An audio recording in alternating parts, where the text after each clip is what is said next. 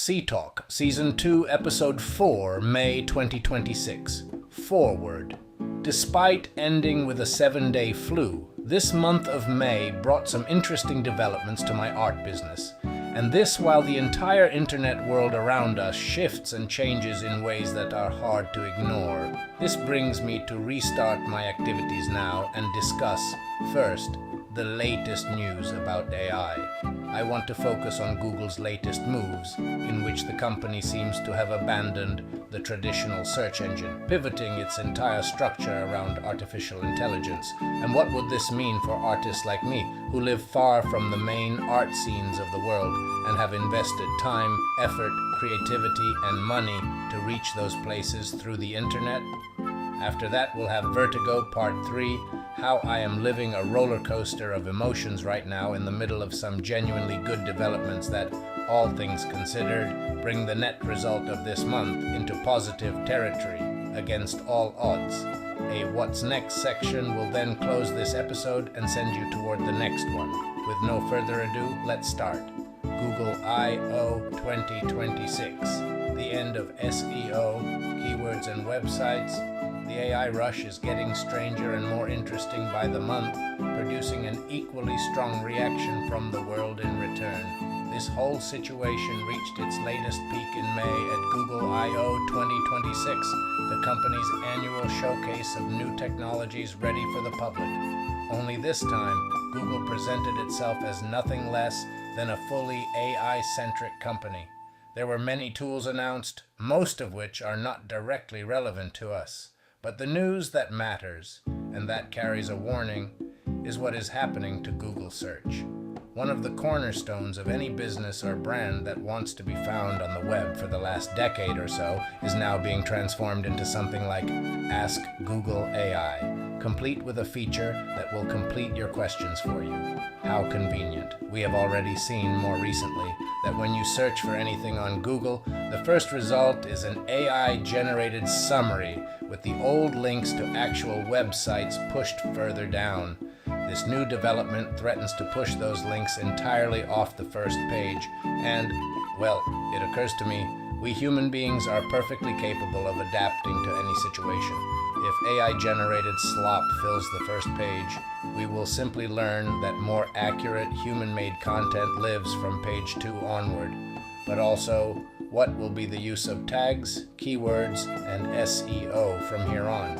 Honestly, I do not have the knowledge to assess that right now. I suppose we will continue as before for a while, watching the data, studying the traffic, and trying to understand what is actually happening in reality. The darker prospect I came away with from that event is that in the near future, people like me, trying to reach art scenes in other countries from a distance, may find themselves pushed to the second page of search results. That said, there are some wider points worth making about the current state of AI development. First, a simple fact. On the internet, AI-generated content has now reached and surpassed the volume of content produced by humans. Second, slop is a hard reality, a rock on which the promises of AI companies have already begun to crash. To be more precise, the predictive capabilities of large language models are imprecise. They are limited by what information is actually shared on the web, ignoring the vast offline world, and they carry the well-known hallucination problem. Connect this to the first point, and what you get is this. Hallucinated, slop-filled AI content has now overtaken human-made material on the web. This does not pave the road to general AI, the much-feared one. Instead, it paves the road to increasingly worse output. Sloppier every month, every year. It is the structural weakness at the heart of how large language models work. Third, art is different. Art is unbothered. No art collector has ever turned to a Google search to find art to buy. They might use it to look up a specific artist's name, to learn about their career or their view of the world, but even then, web galleries, art magazines, and offline exhibitions already provide all the contact information anyone could ever need. The old ways, offline exhibitions, publications, interviews on important outlets, may, in fact, become more important as web search grows less relevant.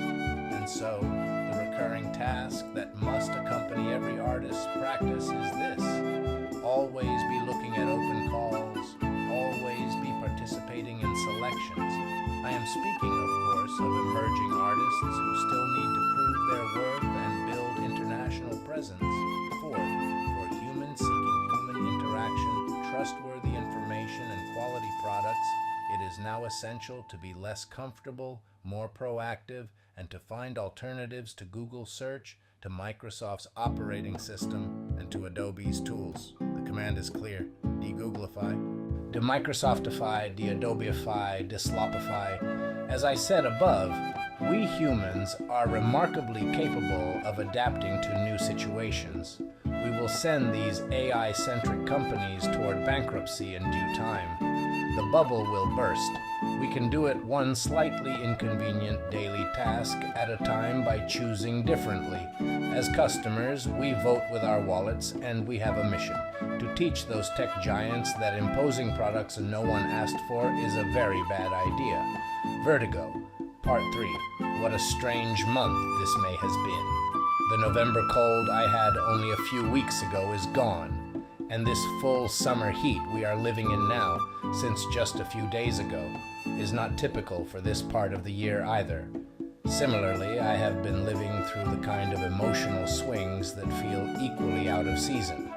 First, the good news of an interview from Untitled magazine.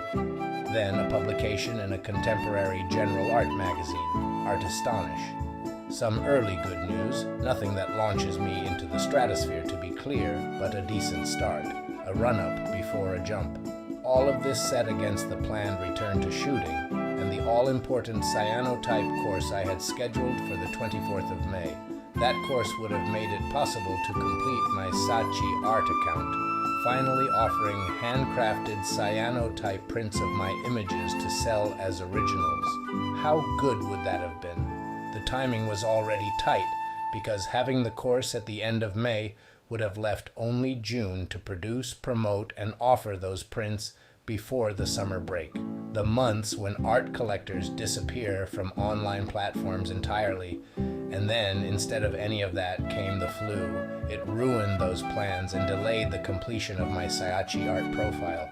I have managed to rebook a model shoot for the 11th of June. The print course, though, can only be recovered in mid-July at the earliest, and only maybe, since it depends on whether there is a place for me in the next edition. As I said, summer months are not good for sales.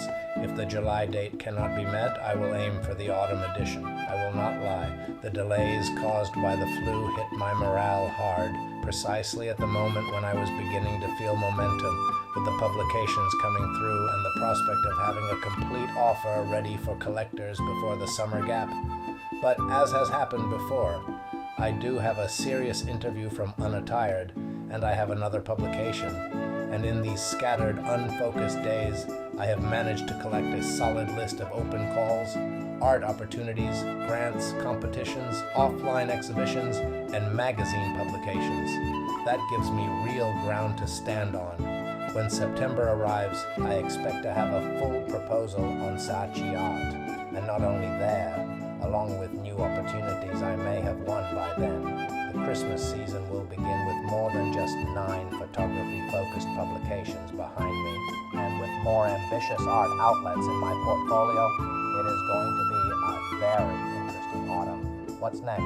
Living and working through June, returning to shooting activity, completing the biography series on my website, the stories of the fine art photographers who made the history of nude photography, participating in the publications whose deadlines I have entered into my calendar, and naturally, it will be time to publicly announce my interview in Untitled and my publication on Saatchi art.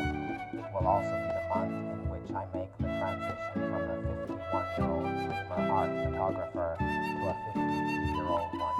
But about that, I will tell you more in the next episode of this very podcast, the last one before the summer break. Shine on. Per aspera ad astra.